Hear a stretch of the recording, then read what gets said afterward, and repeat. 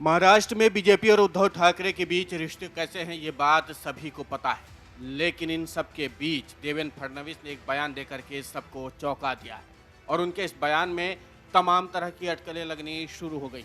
और अटकलें तो यहाँ तक लगाई जा रही हैं कि क्या आगामी चुनाव को देखते हुए कहीं गठबंधन करने की कवायद तो नहीं है। लेकिन सबसे पहले ये जान लीजिए कि उद्धव ठाकरे को लेकर के उप मुख्यमंत्री देवेंद्र फडणवीस ने क्या कहा है। दरअसल महाराष्ट्र के उप मुख्यमंत्री देवेंद्र फडणवीस ने एक अहम बात कही है। उन्होंने कहा कि आदित्य ठाकरे और उद्धव ठाकरे मेरे शत्रु नहीं हैं, हमारे बीच वैचारिक मतभेद है। उद्धव जी ने अब अलग विचारधारा पकड़ ली है, लेकिन मेरी पार्टी का एक अलग विचार है। हम वैचारिक विरोधी हैं। महाराष्ट्र की एक संस्कृति है, उस संस्कृति के अनुसार हम वैचारिक रूप से विरोधी हैं। फडणवीस ने यह भी कहा कि हम हाल के दिनों में जरूर थोड़ी दुश्मनी देखने को मिली है, लेकिन यह सही नहीं है। हमें इसे किसी न किसी मोड़ पर खत्म करना होगा। फडणवीस का ये बयान आदित्य ठाकरे के बुधवार को दिए गए एक साक्षात्कार के बाद आया है, जिसमें उन्होंने बयान दिया था कि फडणवीस और हमारे बीच राजनीतिक विरोध हो सकता है, परंतु हम अब भी उन्हें अपना दोस्त ही मानते हैं। फडणवीस से पूछा जाना चाहिए कि वो हमें क्या मानते हैं। आदित्य के इस बयान के बाद फडणवीस ने गुरुवार को पत्रकारों से कहा कि मैंने कई बार साक्षात्कारों में कहा है, ना तो उद्धव जी और ना ही आदित्य ठाकरे मेरे दुश्मन हैं, वो हमारे वैचारिक विरोधी बन गए क्योंकि उन्होंने दूसरे विचार को स्वीकार कर लिया। मेरी और मेरी पार्टी की एक अलग विचारधारा है, वैचारिक आधार पर ही हम विरोधी हैं, लेकिन एक दूसरे के दुश्मन नहीं। बता दें कि कुछ दिनों पहले देवेंद्र फडणवीस ने एक इंटरव्यू में उद्धव ठाकरे पर धोखेबाजी करने का आरोप लगाया था। फडणवीस ने कहा था कि 2019 में जब चुनाव हुए और नतीजों के बाद उद्धव ठाकरे ने कहा कि हमारे लिए सभी विकल्प खुले हुए, तो ये एक धोखा था।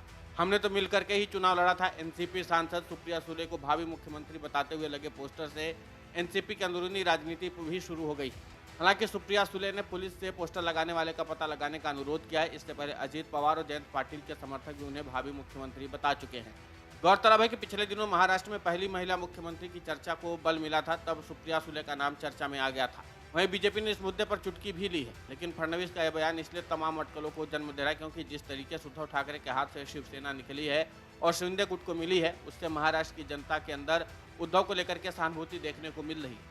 दूसरी सबसे अहम बात यह है कि भले ही संवैधानिक तौर पर एकनाथ शिंदे बाला साहब के विचारों के उत्तराधिकारी बन गए हों, लेकिन हकीकत तो यह है कि बाला साहब के बेटे होने के नाते से महाराष्ट्र की जनता उद्धव से भावनात्मक तरीके से जुड़ी हुई है। इसलिए लोगों को लगता है कि उद्धव के साथ गलत हुआ है और ऐसे लोगों की संख्या महाराष्ट्र में काफ़ी ज़्यादा है।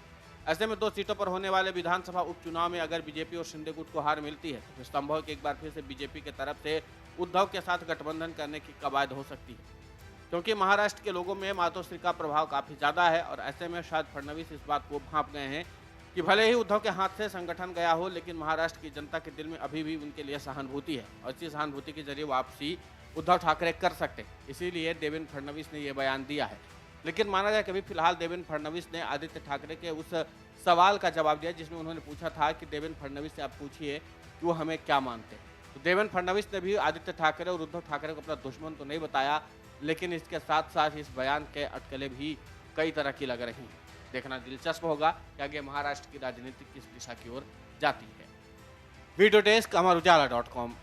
अगर आप ये वीडियो YouTube पर देख रहे हैं तो हमारे चैनल को सब्सक्राइब करें और बेल आइकन को दबाना ना भूलें। अगर आप Facebook पर ये वीडियो देख रहे हैं तो हमारे पेज को लाइक करें।